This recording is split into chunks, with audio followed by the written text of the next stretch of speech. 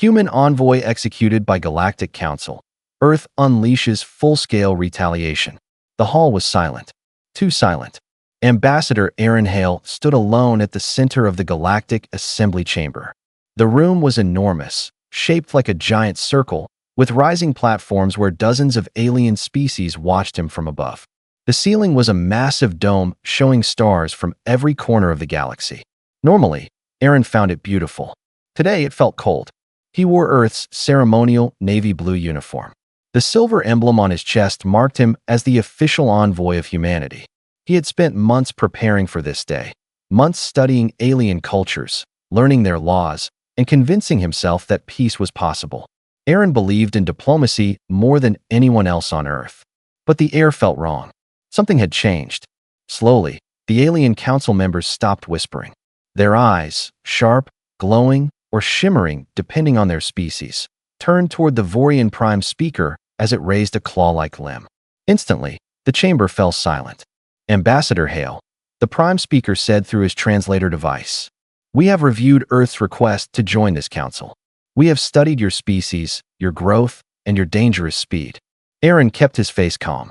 He had been trained for pressure, but a strange tension crawled up his spine. "Humanity seeks cooperation," Aaron replied smoothly. "We want peace and understanding, not conflict." The Prime Speaker tilted its head. "Peace. A word your kind uses often." On Aaron's left, a tall reptilian delegate leaned forward. Its stone-like scales glinted under the chamber lights. "You build military bases on every world you touch," it growled. "You refuse to share your hyperspace technology. You expand faster than any young species we have ever seen." Aaron stood straight. "We explore. We defend ourselves. But we have never attacked any member of this council." His voice echoed softly, but something was off. The room felt colder, heavier. He saw council guards lining the walls. Their hands hovered near weapons. That was unusual. Very unusual. Then another alien spoke, this one insect-like, with too many eyes. "You humans adapt too quickly. You create new tools, new machines, new strategies in a fraction of the time other species need. This makes you unpredictable." Aaron's heartbeat quickened, but he kept his tone calm. "Humanity only seeks to grow peacefully." A deep mechanical hum filled the air. Aaron noticed it immediately. A faint shimmering energy field appeared around him, glowing like thin blue mist. His fingers twitched. He tried to reach for his communicator, but his arm froze in place. The device slipped from his rigid hand and hit the floor with a sharp clang. The council members did nothing.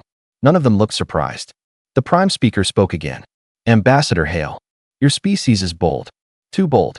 Your growth threatens the balance we have kept for thousands of years." Aaron's breath caught. The field tightened around his chest. He forced out words. This isn't a negotiation." "No," the Prime Speaker said softly. "It is a lesson." From behind him, a military commander stepped forward. Armor shining. Weapon humming with deadly blue light. Its blade vibrated like something alive. Aaron tried to shout, but his voice would not come. The energy field squeezed tighter. He felt heat crawl up his spine. The Prime Speaker's final words struck like ice. "Earth sent you here in peace. We return you as a warning." The commander raised the blade. The chamber watched in complete silence. And then, the light flashed. Everything went dark. On Earth, deep under the capital city, the Situation Room was colder than usual. Rows of screens covered the walls, but every person in the room stared at only one, the live broadcast from the Galactic Council. President Alara Wynn stood at the center of the room, her hands gripping the edge of the command table. She had seen Aaron Hale negotiate before. She had seen him calm angry leaders and solve impossible conflicts. He was the best diplomat Earth had. He was also her friend. Beside her, Admiral Rowan Vance and General Mira Solano watched silently. Their faces were stiff, their breathing slow, as if the entire room had forgotten how to breathe. Then the broadcast shifted. They saw the energy field around Aaron. They saw him struggle. They saw the council guards stand still waiting. "Something's wrong," Mira whispered, her voice barely audible. "Quiet," the Admiral said. "Let it play." But his voice shook. When the Vorian commander stepped forward with the glowing blade, Alara felt her stomach twist. Her hand hovered above the emergency communication pad, but she knew no message would reach Aaron in time. No warning. No help. No mercy. The camera zoomed in. The blade lifted. Please, Ilera whispered. The strike came faster than the human eye could follow. Light flashed across the screen. Aaron's body fell. A sound escaped the president. Half gasp, half broken cry. But she didn't crumble. Not yet. Not while the entire world was watching this atrocity. The screen froze on the final frame. Aaron Hale collapsing on the smooth chamber floor. Silence filled the room. Not a normal silence.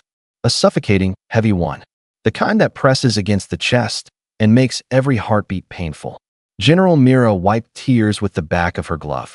The admiral clenched his jaw so hard it seemed like it might crack. No one spoke. No one moved. Then the screen flickered again. A new message appeared. A replay of Aaron's execution, already being broadcast across the galaxy. The council was not hiding it. They wanted everyone to see it. President Ilera finally inhaled. A slow, shaking breath. She stepped forward to the center of the room and turned to her officers. Her voice was soft, but steady. Remember this moment. No one expected the next words. Because this is the exact moment the Galactic Council declared war on humanity. The officers looked at each other, stunned. Ilera faced the screen again, faced the sight of the man who had believed peace was still possible. They murdered an ambassador under diplomatic protection. They sent his death as a message. And they believe we will bow in fear. Her eyes hardened. They are wrong. She turned to Admiral Rowan. Activate every defensive protocol. Recall every ship. Wake every reserve. To General Mira. Move civilians into bunkers. Evacuate stations in Council territory. To the communications officer. Send a message to every ally. Every colony. Every captain. Tell them Earth prepares for war. A junior officer hesitated. Madam President, the Council will not expect a fight. Ilera looked at him with eyes full of iron. They should. Because in that moment Earth understood something. Humanity did not start this conflict. But they would finish it. And when the galaxy looked back on this day, they would remember one thing. You do not execute a human envoy and walk away unchallenged. The war room beneath the Earth Defense Command had never felt so alive. Screens glowed with tactical maps. Officers hurried between consoles. The hum of quantum processors filled the background like a heartbeat. Admiral Rowan Vance stood at the center of it all. His uniform was crisp, but his eyes carried a storm. He had fought pirates, insurgents, and border skirmishes, but he had never faced an enemy like the Galactic Council, a force older than Earth's written history. Status report, he said.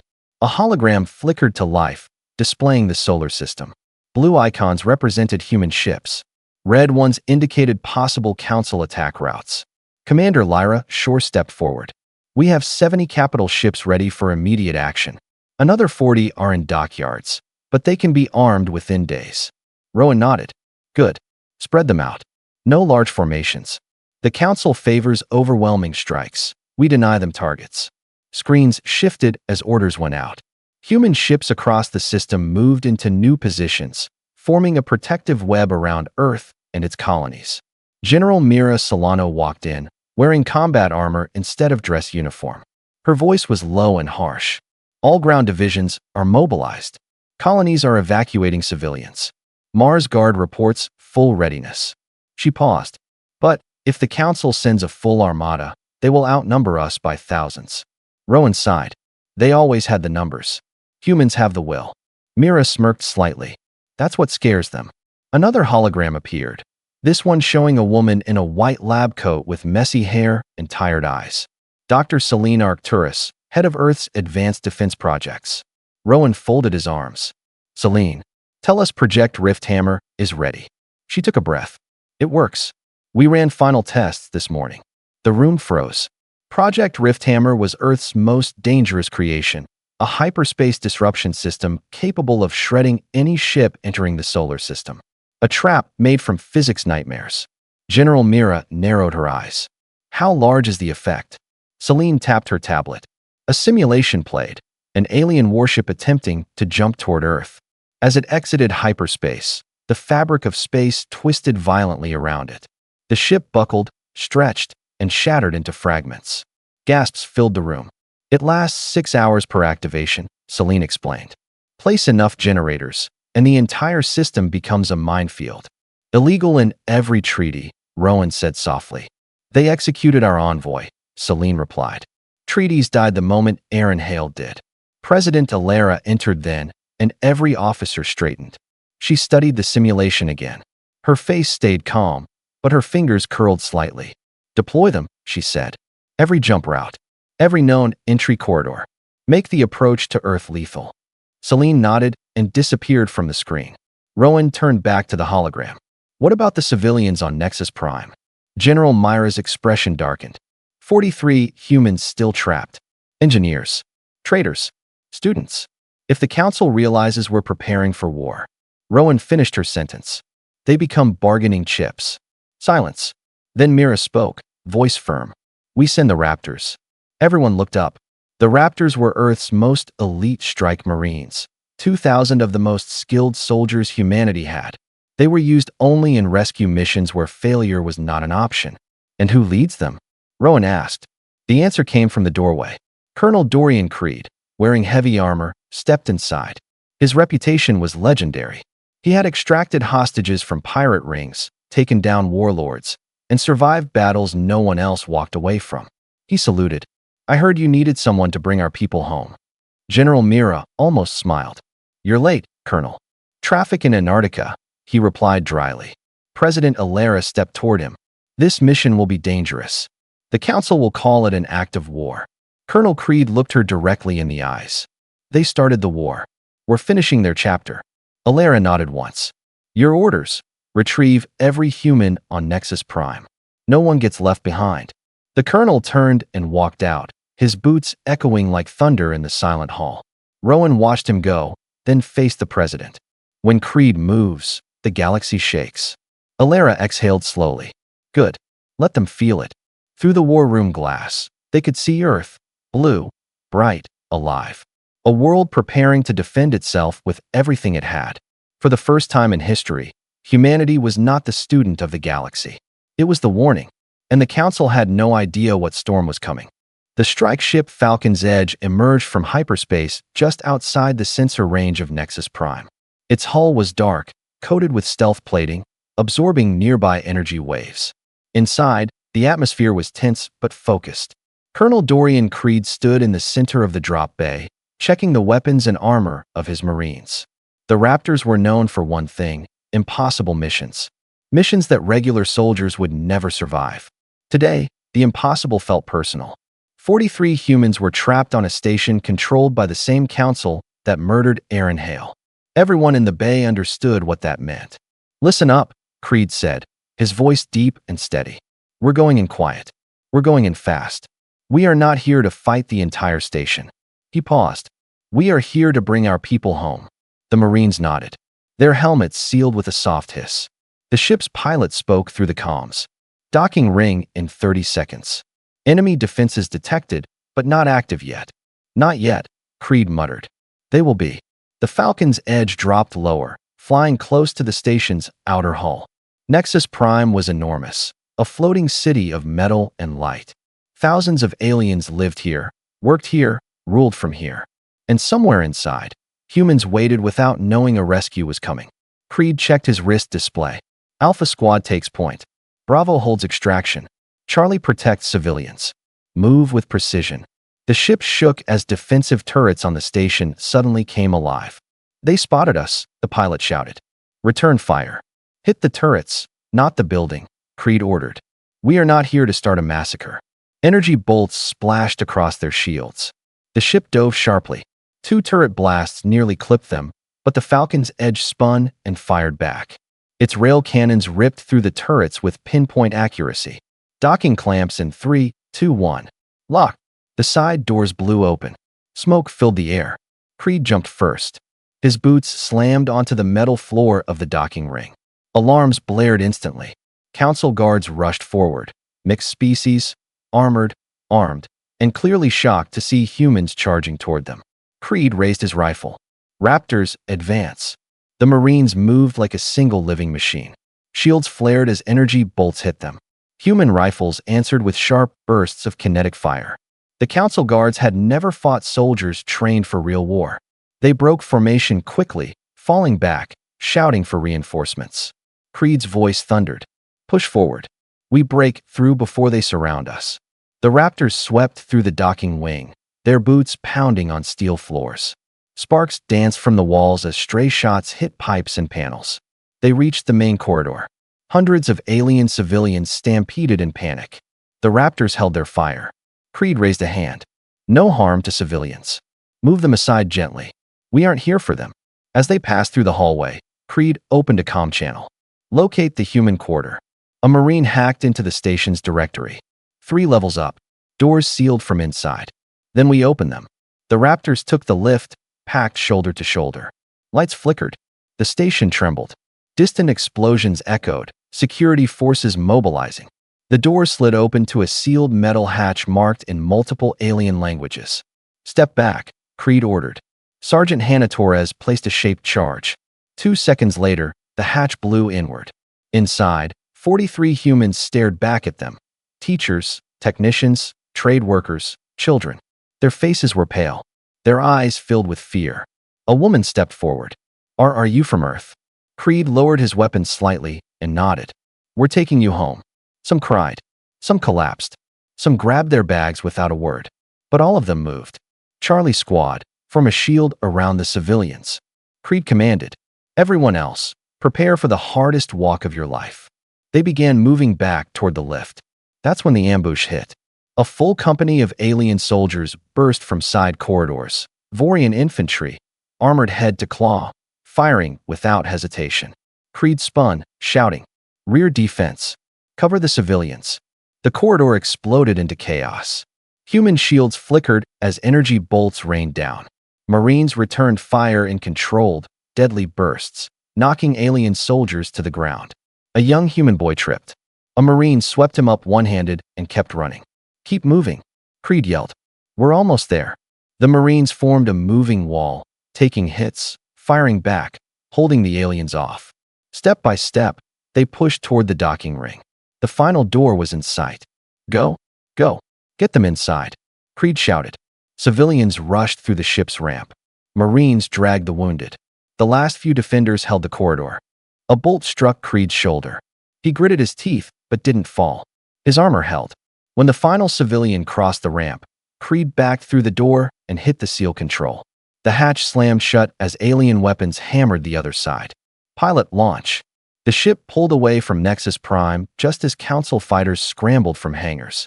The battle outside was beginning, but the humans were alive. And Earth had just delivered a message the galaxy would never forget. Humanity rescues its own, no matter the cost. The stars over Neptune twisted unnaturally as a massive tear in space opened. One ship emerged, then 5, then dozens.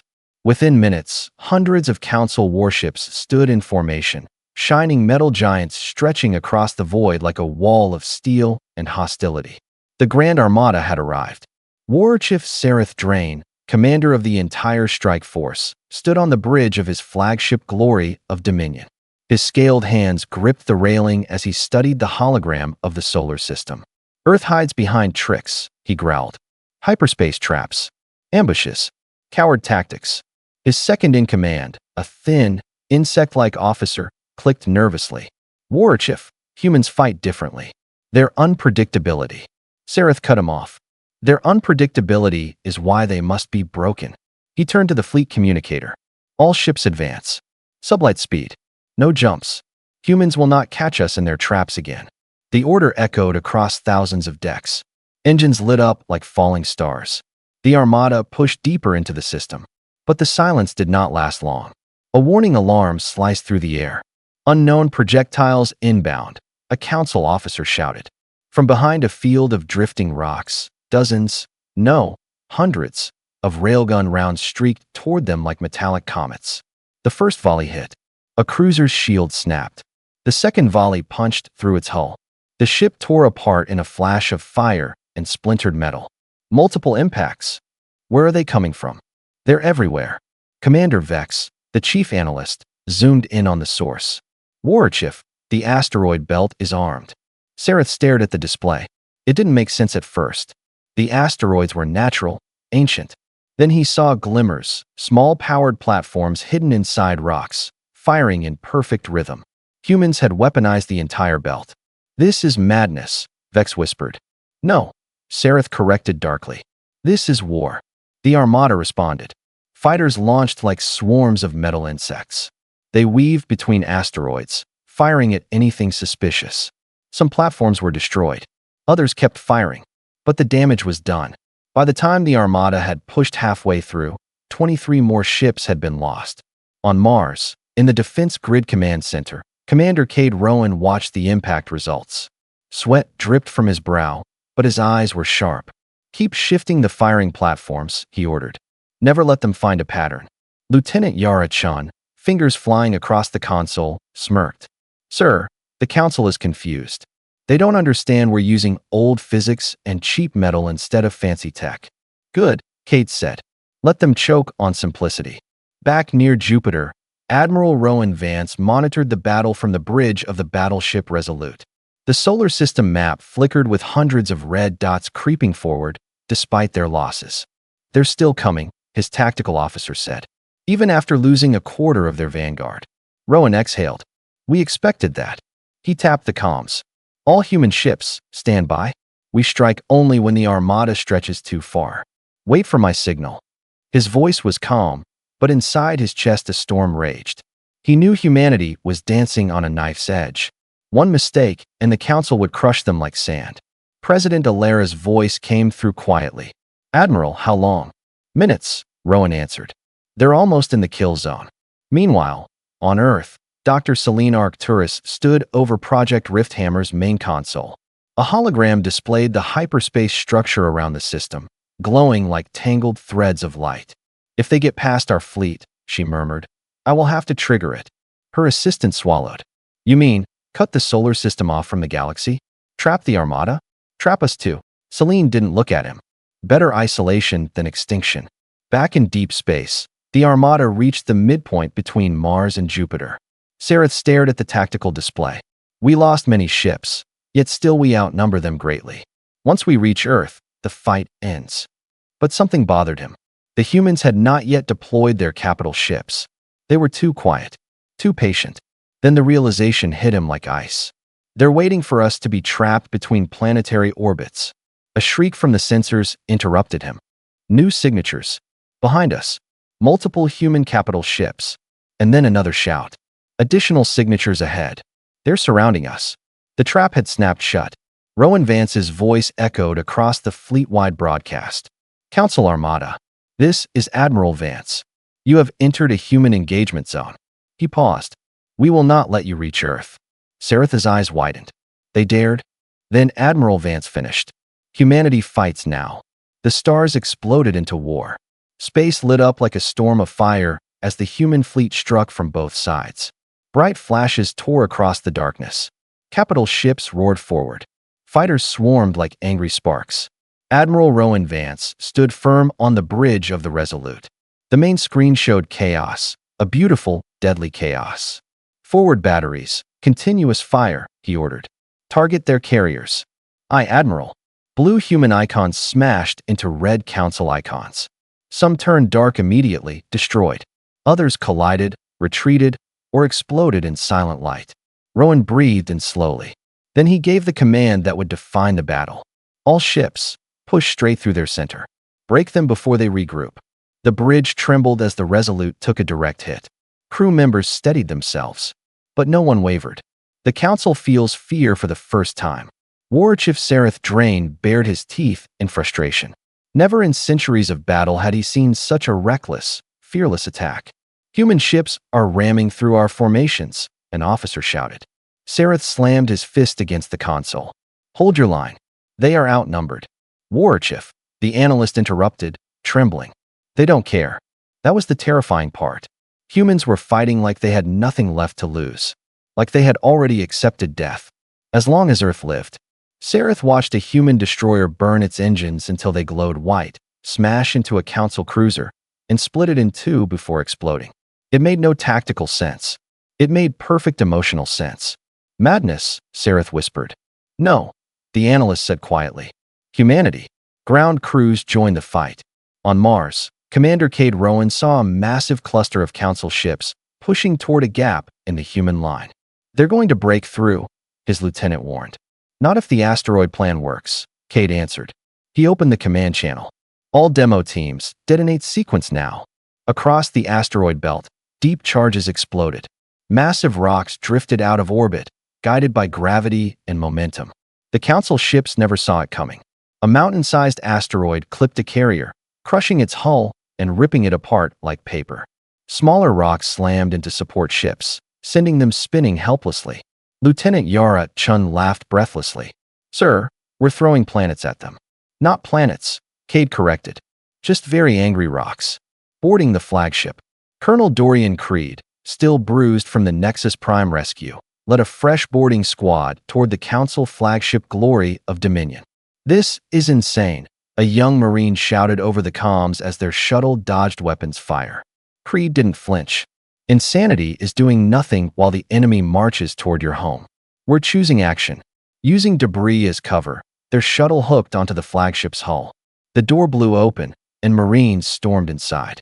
Council soldiers swarmed the corridors. Creed raised his rifle. Forward. The battle inside the flagship was brutal and close. Energy bolts scorched walls. Human rifles cracked sharply. Marines pressed forward step by step. At last, they burst into the command chamber.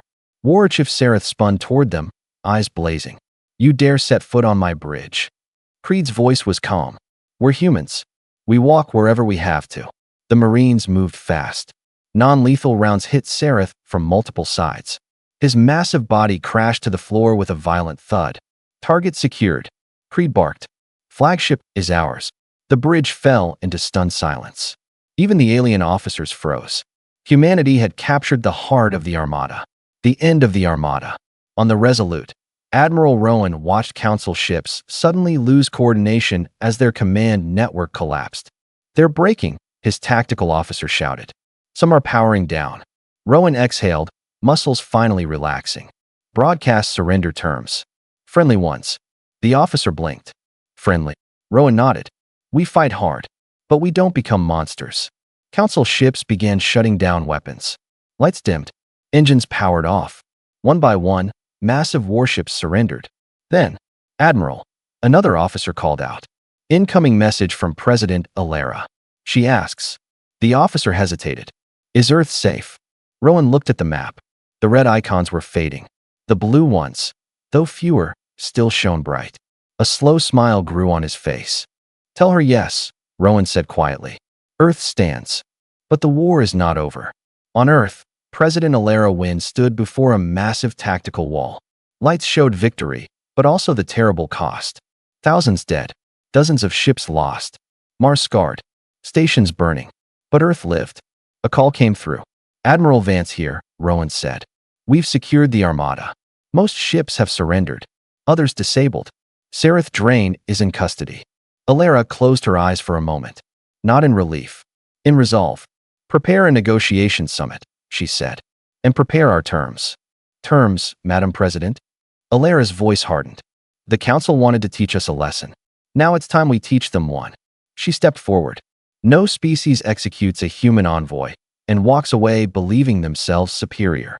3 days after the greatest battle humanity had ever fought, a single Council shuttle drifted across the asteroid belt. It carried no weapons, no escorts, only delegates. They came in silence. At the same time, Earth deployed 2 destroyers, not to intimidate, but to protect the fragile meeting from those who feared peace more than war. A temporary station had been constructed among the asteroids, a clean, silver structure floating between broken rocks from the recent fight. Its lights glowed softly in the dark, like a truce flame. Inside, President Alara Wynn waited. She stood beside her advisors, calm but unyielding. She had lost friends, soldiers, and entire ships. Yet she still carried herself with the dignity of someone who refused to bow to fear. When the Vorian Prime Speaker entered the chamber, an uneasy hush fell. It looked smaller now, no longer towering over humans from some elevated throne. No dome, no glowing pillars, no ancient symbols of power. Just a simple table, equal on all sides. Alara did not offer a smile, but she did offer a seat. The Prime Speaker lowered itself slowly. Human President, we acknowledge your victory. The Armada was defeated, Alara finished, by people you believed were beneath you. The Prime Speaker's eyes dimmed. We misjudged your species. Alara leaned forward. You murdered Ambassador Aaron Hale. Then you broadcast it like entertainment. You forced a war that could have been avoided. We believed humans were dangerous, the speaker whispered. You made us dangerous. Silence. Then Alara placed a data slate on the table. These are our terms. The speaker hesitated. Then it read, Term 1, full council membership for Earth, with equal voting rights. No exceptions. Term 2, trials for those who ordered Aaron Hale's execution. Not symbolic trials. Real accountability. Term 3, permanent diplomatic protection laws. For all species. No envoy can be harmed under any circumstance. Term 4, transparency protocols. Council decisions must be recorded and accessible to all member worlds. When the speaker finished reading, it looked defeated, but not angry. More ashamed. You do not demand territory, it said quietly, or reparations. Alara shook her head. We do not seek to rule. We seek respect. The speaker bowed its head. Your terms are just. The other council delegates exchanged looks. Some nervous, some relieved, some deeply ashamed. Alara watched them carefully. Then she said the final words. We offer peace, but not submission. You wanted humanity to kneel. We stand instead. If you want coexistence, we welcome it. If you want equality, we demand it. But if you want to test us again. She paused. Her voice was soft steel. You now know what humans are capable of. The Prime Speaker closed its eyes. We accept. The treaty was signed. And with that single moment, the galaxy shifted. Return of the war chief. Before leaving, the delegates requested a final detail. The return of War Chief Sareth Drain. Alara agreed. On board the human battleship Resolute, Sareth waited inside a reinforced cell. When the force field dropped, Admiral Rowan Vance stood facing him. You fought well, Rowan said. Sareth stared back. You fight differently. Humans fight when cornered, Rowan replied. But we also rebuild. We also forgive. Sareth tilted his head. In my culture, you have earned honor. Respect. I will tell my people humans are not prey, but equals. Rowan nodded. That's all we ever wanted. The war chief stepped into the shuttle without further words. Even enemies understood humanity now. The memorial.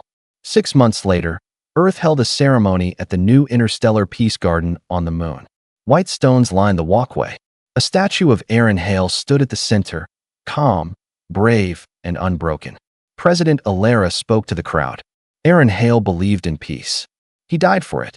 But our victory was not vengeance. It was justice. Humanity did not fight to conquer. We fought to show we belong among the stars. She placed a hand on the memorial. This war proved one truth. Respect is not given. It is earned. A new era. In space above the moon, a human ship and a council cruiser patrolled side by side. Something unimaginable only a year ago. Captain Dorian Creed, now in command of a new exploration ship, watched the stars ahead. A calm voice came through comms. Avorian Captain, Colonel Creed, shall we begin the joint mission? Creed allowed himself a rare smile. Call me Dorian. And yes, let's explore this galaxy together. 2 ships, once enemies, accelerated toward a distant nebula. The stars ahead were full of danger, mysteries, and new worlds. But the galaxy now knew one truth. Humanity was no longer the newcomer to be judged. Humanity was a force to be respected, a partner worth having, an enemy worth fearing, and a friend worth keeping. The age of fear was over. The age of HFY, humanity's strength, courage, and unity, had just begun.